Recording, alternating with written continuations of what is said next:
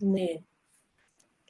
Bueno, pues buenos días a los que os incorporáis ahora.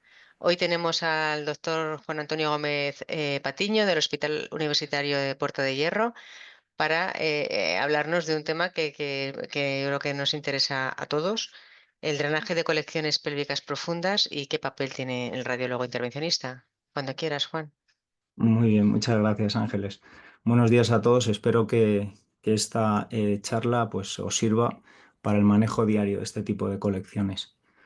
Bueno, vamos a empezar. En general, el drenaje percutáneo de abscesos es una técnica segura, efectiva y su uso es extendido en pacientes con sepsis abdominal o pélvica. La mayoría de estas colecciones son accesibles, pero algunos de estas colecciones son aparentemente inaccesibles o no drenables. Puede ser en el caso de la pelvis profunda, por las estructuras adyacentes que están interpuestas en el trayecto de la punción, como pueden ser el útero, la vejiga o el intestino. La difícil localización que añade el que estén localizadas en planos profundos y las características de la colección, ya que pueden ser hematomas o pus denso. En el manejo del paciente hay que tener en cuenta diferentes aspectos, como son las ayunas, si el paciente tiene reacciones alérgicas a fármacos, si el paciente tiene o no prótesis dentarias que se puedan desprender, ya que muchos de estos pacientes los hacemos en decúbito prono, y la necesidad de disponer de soporte anestésico en muchos casos porque se realizan con sedación profunda. En nuestro caso, utilizamos las guías del CIRSE para el manejo de la anticoagulación.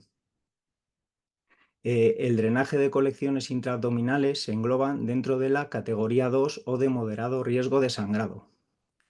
Para realizar uno de estos drenajes con seguridad, tenemos que mantener unos parámetros de coagulación mínimos. El INR debe estar corregido a menos de 1,5. Las plaquetas, si son menores de 50.000, hay que reponerlas antes del procedimiento. El clopidogrel se debe suspender 5 días antes. La aspirina no es necesario interrumpirla. Si el paciente tiene heparina de bajo peso molecular, se debe suspender una dosis antes del drenaje, y en cuanto a los nuevos anticoagulantes orales, se deben suspender entre 2 y 3 días antes del procedimiento. Nosotros tenemos una tabla con cada uno de los principios activos indicando cuánto tiempo hay que suspenderlo y también el tiempo que hay que suspenderlo, y esto es importante, en función del nivel de filtrado glomerular del paciente, ya que muchos de estos pacientes que drenamos son de elevada edad. En estas colecciones, el radiólogo intervencionista tiene 3 retos fundamentales. El primero es elegir la ruta de acceso o posición del paciente, ya sea en decúbito supino, decúbito prono, decúbito lateral derecho o decúbito lateral izquierdo. Todo ello para intentar realizar el abordaje en el trayecto más corto posible. Después tenemos que elegir cuál es la guía de imagen que vamos a utilizar, bien la ecografía, el angiógrafo, mediante Convincity o mediante guía de TC. Siempre la que nos aporte mejor visibilidad y con la que nos sintamos más seguros. Y después, un punto fundamental es la elección del material.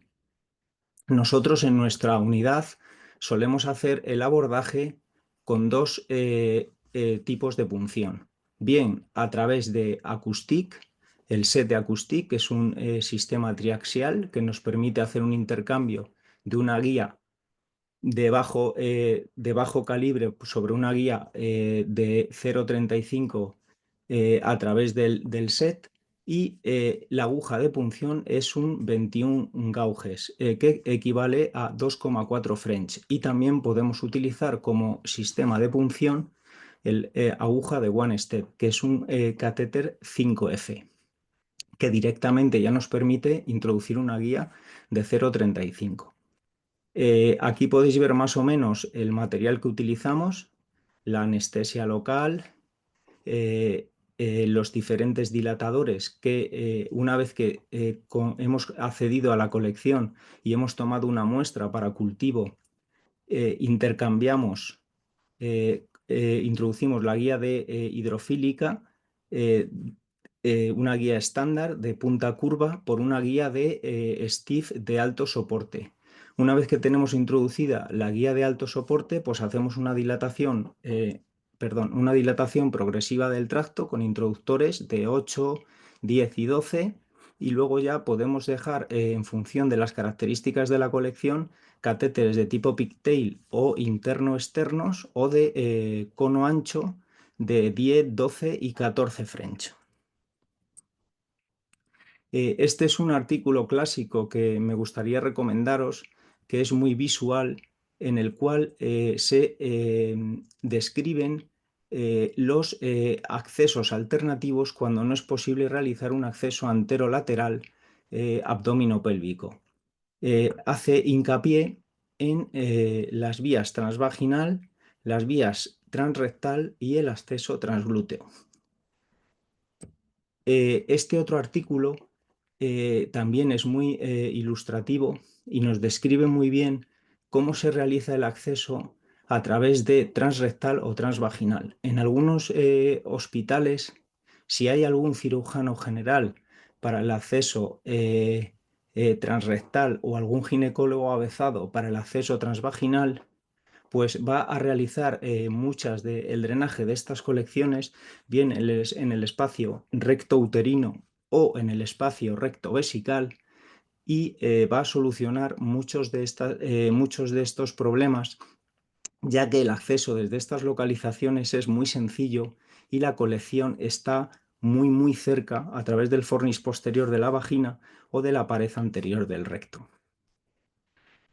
Nosotros en nuestra unidad llevamos muchos años que hemos incorporado los sistemas de navegación para TC en el manejo de estas colecciones. Nosotros utilizamos fundamentalmente el sistema de navegación de IMACTIS, que es un sistema que emplea una tecnología electromagnética mediante un emisor y un receptor que se pone a la piel del paciente y nos permite tener a nuestra disposición un GPS médico que a través de esta tecnología podemos navegar con la anatomía dentro de la anatomía del paciente y elegir la trayectoria más segura para para la colocación del catéter de drenaje.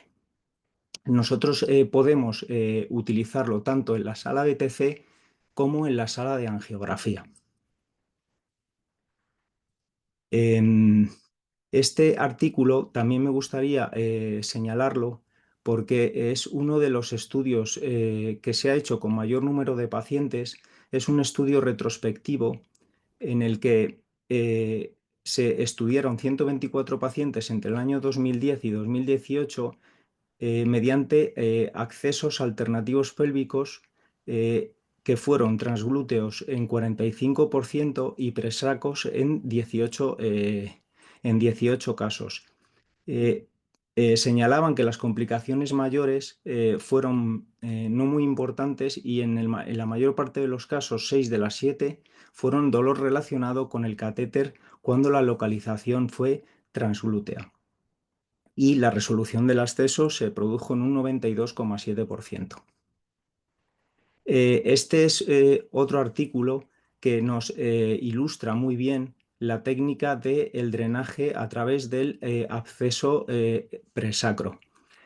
Como podéis ver en las imágenes, el paciente está en decúbito prono y se realiza una punción con una aguja chiva y en ese momento se realiza una comprobación de que se está en el interior de la colección. Posteriormente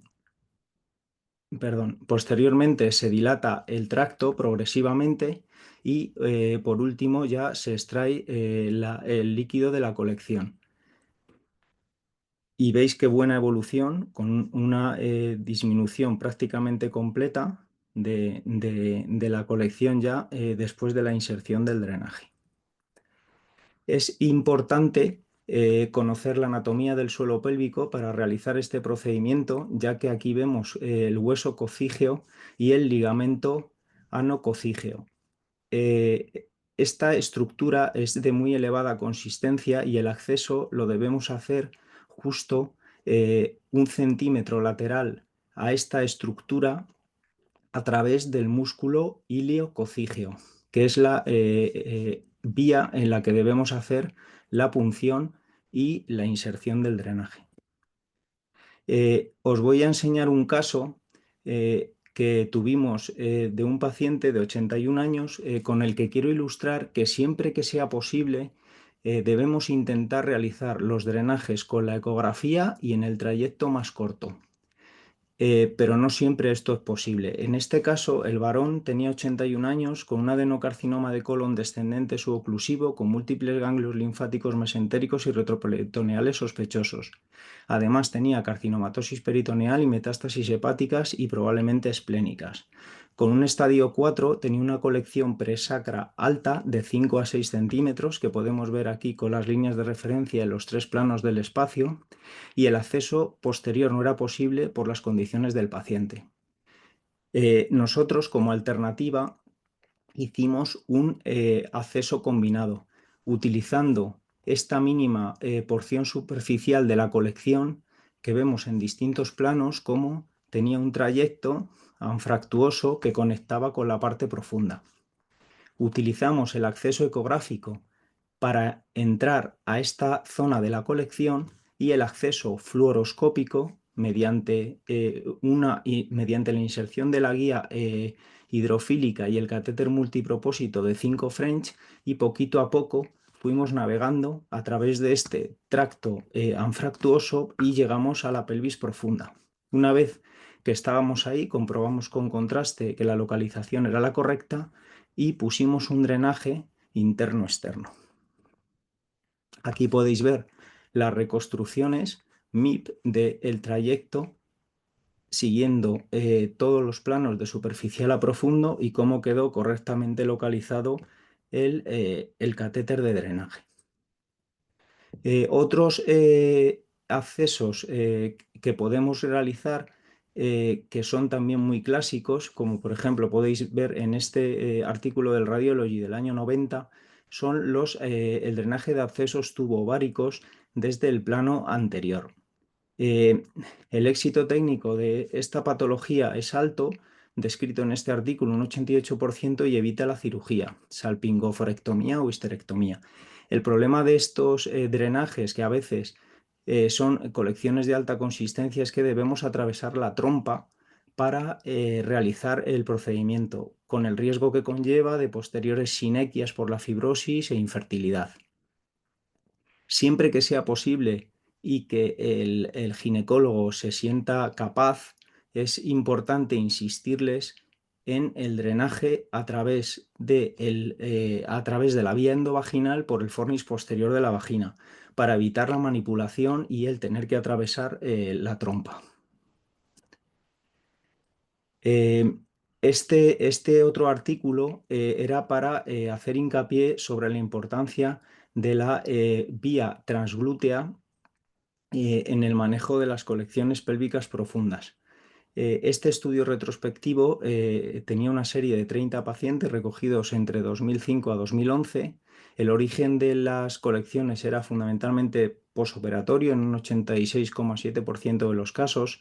Es importante el tener un conocimiento anatómico para identificar el músculo piriforme y realizar un acceso infrapiriforme y medial pegado al borde óseo para que el dolor sea menos importante durante el mismo, evitando el paquete vasculonervioso. No refirieron en esta serie complicaciones mayores y la resolución del acceso fue muy elevada, con un 96,7%. Este estudio que se realizó retrospectivo en el año 2016 del JVIR ya pone de manifiesto la utilización de un nuevo avance tecnológico en la utilización del Combin-CT en las salas de angiografía de última generación. En este estudio se realizó una comparación entre drenaje de accesos con guía de CT convencional o realizándolos con el Combin. El estudio retrospectivo tenía una serie de 85 pacientes, 43 de ellos se realizaron con Combin CT y 42 con guía convencional de CT. El éxito técnico fue similar en ambos casos, con el Combin CT del 100% y con la guía de CT convencional 98%. No hubo diferencias significativas en cuanto a dosis efectiva, 9,6 milisieverts en Combin CT y 10,7 milisieverts en el CT. Y lo que sí fue muy importante es que hubo una reducción progresiva del tiempo de procedimiento hasta el 50% con los casos que se realizó con Combin CT. Bueno, este es nuestro angiógrafo de última generación, que es un Artisfeno de Siemens, que incorpora un software de punción, eh, que es un software que se denomina Needle Guide y que mediante un sistema de guiado láser eh, con unos haces que se cruzan en la porción proximal de la aguja, ¿vale? Mediante un par de imágenes, una de ellas en visión cenital o en ojo de buey, que sería la forma en que nosotros vemos la porción proximal de la aguja desde nuestros ojos, y una imagen sagital, viendo la imagen de forma longitudinal, nos da la distancia, eh, la profundidad a la que tenemos la colección, una vez que nosotros hemos determinado en la pantalla cuál es nuestro target y cuál es nuestro punto de entrada. Únicamente tenemos que hacer coincidir los dos haces de láser cruzados con la porción porción proximal o cabeza de la aguja y introducirlos siguiendo la línea de color verde. Con todo esto y nuestra experiencia, hicimos una presentación en el año pasado en la ECR sobre la utilidad de esta tecnología en las colecciones pélvicas profundas. Este es un caso para ilustrar este tipo de procedimiento en un varón de 57 años con un adenocarcinoma de recto inferior diagnosticado en junio de 2022, al que se le realizó una resección endoscópica en otro centro, que fue valorado en el comité de tumores de nuestro hospital. Se realizó quimio y radioterapia adyuvante. En enero de 2024 hizo una proctitis actínica crónica, por lo que se realizó una amputación abdominoperineal en el mes de febrero y presentó una colección posquirúrgica con contenido hidroaéreo presacra. Aquí podemos ver las imágenes del Combin CT y cómo realizamos en los tres planos del espacio la localización de la colección. Una vez que hacemos una fusión, nosotros lo que solemos hacer en nuestro equipo es fusionamos el TAC previo con el TAC que hemos realizado de planificación en la sala. Hacemos un registro 3D de las imágenes y una fusión como se ve en estas imágenes al 50%. Esto nos permite saber que realmente estamos donde queremos estar. Una vez que hemos colocado el drenaje, pues hacemos una imagen final y vemos realmente cómo estamos perfectamente localizados en el interior de la colección. En este caso, mediante un acceso transglúteo, y aquí vemos la correcta localización del drenaje. Este paciente tuvo muy buena evolución y en el último control la colección era laminar residual y ya no tenía débito por el catéter, y tras 72 horas con el catéter cerrado y con buena evolución clínica se retiró. Este es otro caso de una paciente con 64 años que tenía una diverticulitis aguda con mala evolución después de un manejo laparoscópico, que tenía dos drenajes, uno aquí y otro aquí, y tenía una colección residual con contenido hidroaéreo anfractuosa, con mucha trabeculación de la grasa y que no nos permitía diferenciar muy bien lo que era la colección de las asas que tenía adyacentes. Como veis aquí, hacemos una fusión 50-50 con TC previo y el que hemos adquirido en la sala, planificamos con el punto de entrada y el target la distancia que tenemos que introducir la aguja, hacemos un control intermedio en el que vemos que llevamos buena dirección en función de lo que hemos programado y estamos justo anteriores a la colección, y una vez que tenemos todo eso, pues ya introducimos el catéter y aquí podéis ver cómo el pigtail está justo en la zona en que nosotros queríamos. Y aquí vemos en el volumen 3D cómo está en relación al drenaje y es la misma imagen que habíamos programado. Y aquí vemos las reconstrucciones del catéter en el interior de la colección que teníamos que drenar. Este es otro paciente con un carcinoma urotelial de alto grado que se le hizo una cistectomía radical y una reconstrucción tipo Bricker, que hizo una recidiva pélvica con múltiples ganglios. Algunos de ellos se necrosaron y accesificaron y tenía un enorme plastrón de asas por delante que impidía un acceso ecográfico, y cómo a través de esta tecnología podemos planificar por debajo de las asas dilatadas y por encima de las ínfisis del pubis el trayecto de punción, y cómo hemos podido acceder perfectamente a la colección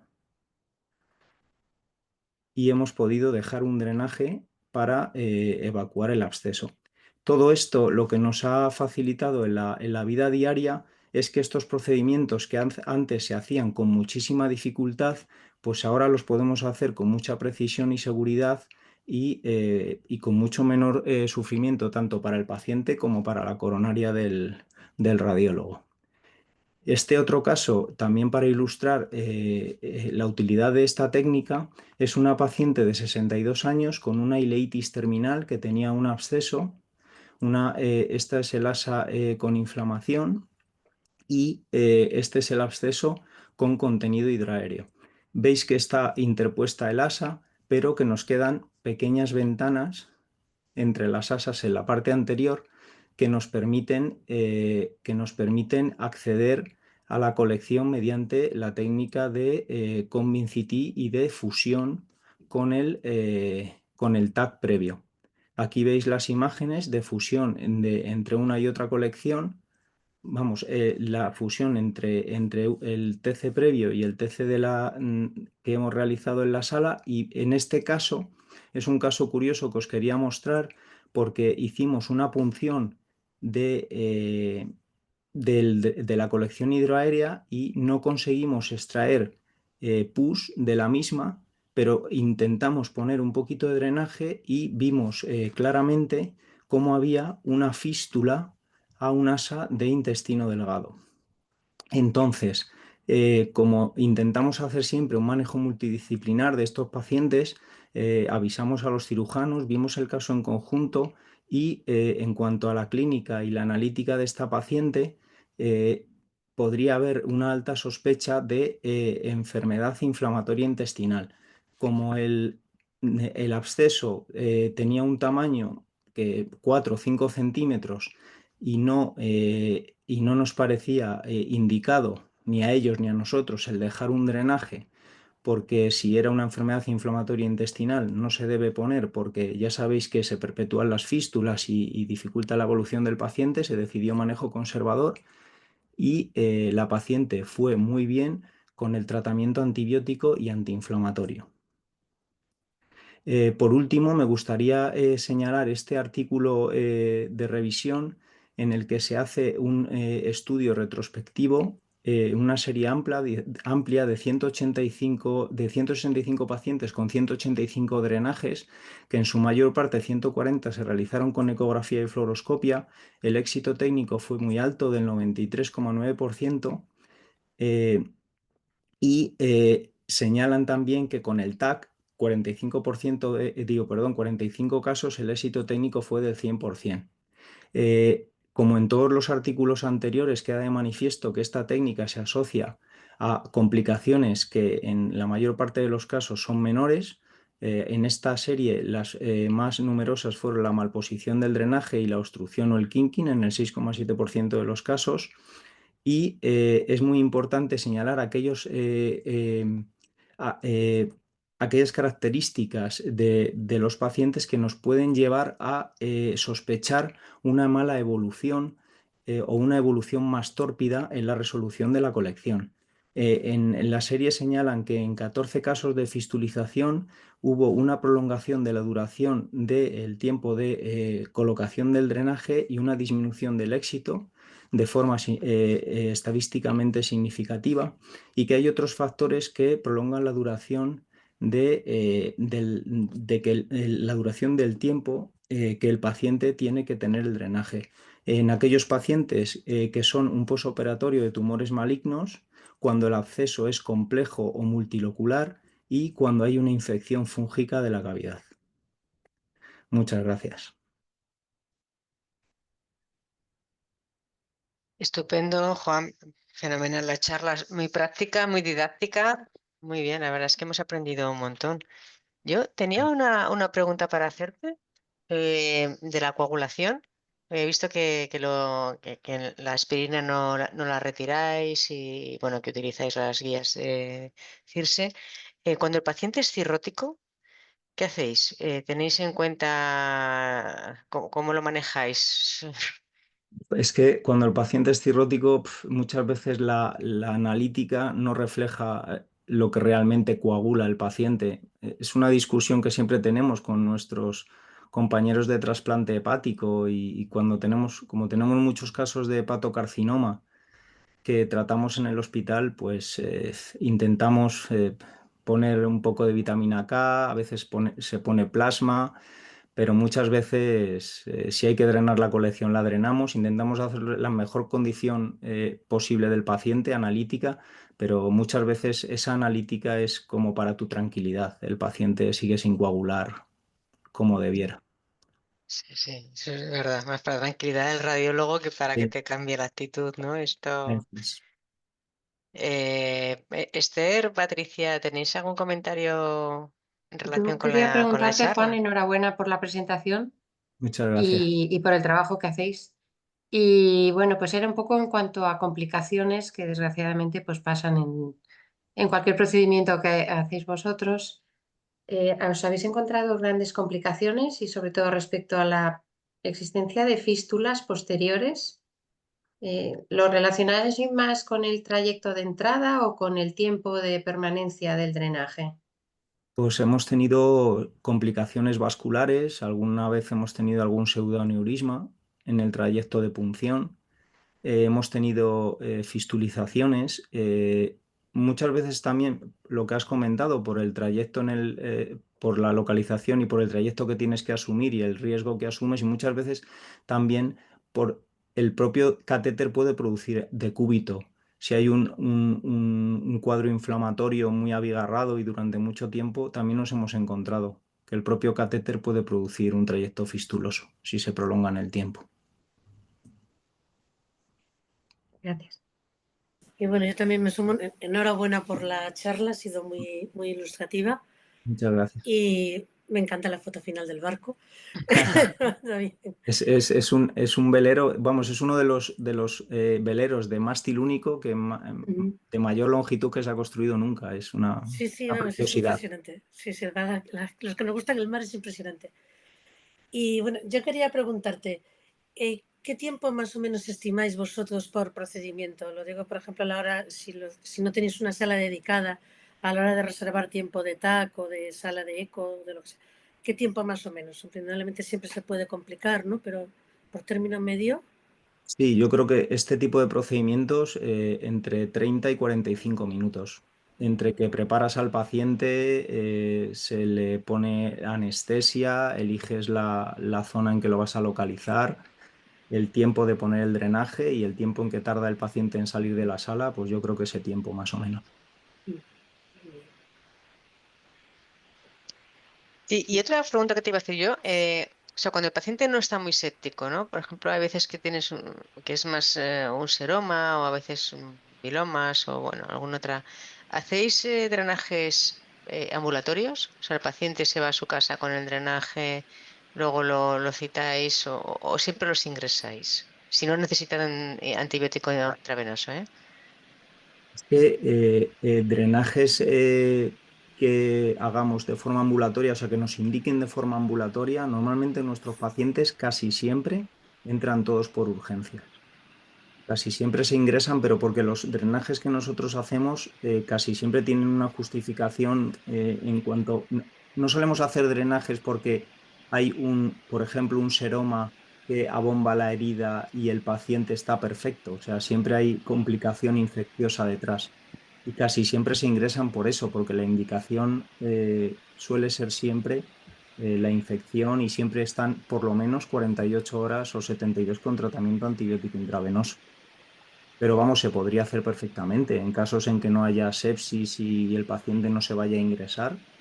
Pero ya te digo, en nuestro caso casi Mm, siempre son complicaciones posquirúrgicas y los pacientes quedan ingresados al menos 48 horas. mm. Mira, ¿tenemos alguna pregunta en el chat? Nos pregunta el doctor Pedraza si se han realizado estudios de coste-eficacia de los drenajes de colecciones pélvicas, ¿no? Esto para apoyar, permitir mejorar la dotación de equipamientos y de espacios en los hospitales, ¿no? Si se justifica que al final es rentable hacer esto, igual podemos pedir más equipamiento, ¿no? Yo, vamos, yo un estudio de coste-eficacia detallado yo no he encontrado en la literatura con estos nuevos sistemas tecnológicos, pero sí, creo que es una muy buena pregunta y es un trabajo a realizar para poder justificar la dotación, sí. Sí, eso realmente nos pasa en todos los procedimientos intervencionistas, ¿no? Yo creo que hay una carencia de estudios de coste-eficacia, con lo cual en la dirección de los hospitales es muy difícil justificar la inversión en esto, porque no es un gasto más, sino te vas a ahorrar por otro lado, ¿no? Si tuviéramos más estudios de coste-eficacia, sería bastante más fácil conseguir recursos del sistema sanitario. Pero bueno, como dices, es una tarea pendiente. Más preguntas del doctor Pedraza es si las herramientas de inteligencia artificial pueden ayudar a mejorar la realización de drenajes de colecciones pélvicas. Hombre, yo creo que sí, porque se pueden estudiar la composición de las colecciones y eso nos puede predecir, ¿no? Esos factores que hemos hablado, que serían un poco adversos y en cuanto a la evolución, y eso te puede llevar a poner un catéter de entrada de más calibre o incluso poner dos catéteres para realizar lavados, uno de entrada, otro de salida, como hacemos en las pancreatitis. Mm, Yo creo que sí. O sea, todo lo que pueda predecir una mala evolución de la imagen nos puede llevar a cambiar nuestra actitud. Porque el catéter decías antes que usabais entre 12 y 14, ¿no? ¿Siempre? O si Sí, veis que no es... claro, depende un poco cuando hacemos la punción o bien con el acústico o con el One Step. Una vez que tomamos la muestra, pues ya vemos las Mm, características de la claro. colección y también vemos qué características tiene morfológicas, si es más anfractuosa, si tiene una pared más gruesa, pues todo. O sea, vemos un poco en Ujú, conjunto y decidimos. Pero yo creo, en principio, siempre que puedas es mm, preferible pasarse de French que no llegar de French, porque la evolución mm. va a ser muchísimo mejor con un catéter de mayor calibre.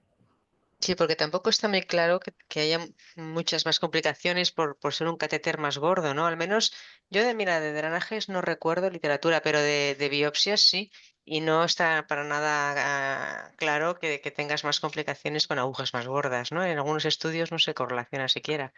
Por No eso, sé. y miran el pulmón, o sea, hacer Mm, punciones y hacer biopsias, el riesgo de neumotórax prácticamente es muy, muy, muy parecido. mm, Y eso lo puedes extrapolar a la pelvis igual y a otras claro, localizaciones. sí, sí, la única, claro, y además, o sea, vosotros usáis siempre dilatadores, ¿no? Pero Sí, sí, y eso aunque sí que sea es. fino, aunque sea más fino. Yo creo que si tú Mm, haces una dilatación progresiva del tracto, te aseguras de que no vas a tener problemas en la inserción del catéter de mayor calibre. Lo mm, que sí es cierto es que esta dilatación progresiva del tracto, pues al paciente le molesta mm. y molesta bastante. En algún paciente que no hemos podido, por ausencia de ayunas, no lo hemos podido sedar y le hemos hecho anestesia local en varios planos, al paciente le molesta. No, claro, tener la disponibilidad de un anestesista, ¿no? Por ahí cerca. Sí, Es importante también, no solo la equipación, sino el personal, ¿no? eso es. Más preguntas. Nos pregunta también el doctor Pedraza si existen guías internacionales estandarizadas para realización de drenajes de colecciones pélvicas. Guías estandarizadas. Nosotros utilizamos las recomendaciones de manejo de los pacientes, pero guías como tal para Mm, la pelvis profunda de forma específica, yo no he encontrado en la literatura. mm, No tengo conocimiento tampoco. Y finalmente, la última pregunta suya es cuáles son los retos de futuro para mejorar. Un poco, hemos ido un poco hablando, ¿no? de los campos que están creciendo ahora, pero ¿cómo ves tú los retos qué retos tenemos, ¿no? en el futuro para poder mejorar la práctica de drenajes? Hombre, yo creo que los retos de futuro es lo que hemos comentado fundamentalmente. O sea, hace mucho hincapié en la formación de los residentes para que estos procedimientos no salgan del servicio de radiología. La dotación tecnológica, lo que ha comentado Salva de estudios de coste-eficacia, convencer a los que tienen el dinero para que nos doten de todo ese arsenal que necesitamos para hacer esto con seguridad y con buenos resultados, para que no salgan del servicio de rayos. E implementar las tecnologías nuevas, yo creo que es fundamental. Todo aquello que nos aporte precisión, seguridad y menor riesgo para el paciente y menor tiempo de procedimiento es lo que Mm. tenemos que luchar, porque implementarlo en nuestras salas de radiología. Patricia, ¿tenéis alguna Yo quería cosita que preguntarte, añadir? Juan, ¿habitualmente esto lo hacéis con dos radiólogos en sala? Normalmente con dos radiólogos, si el procedimiento es de acceso complicado, lo hacemos con dos radiólogos.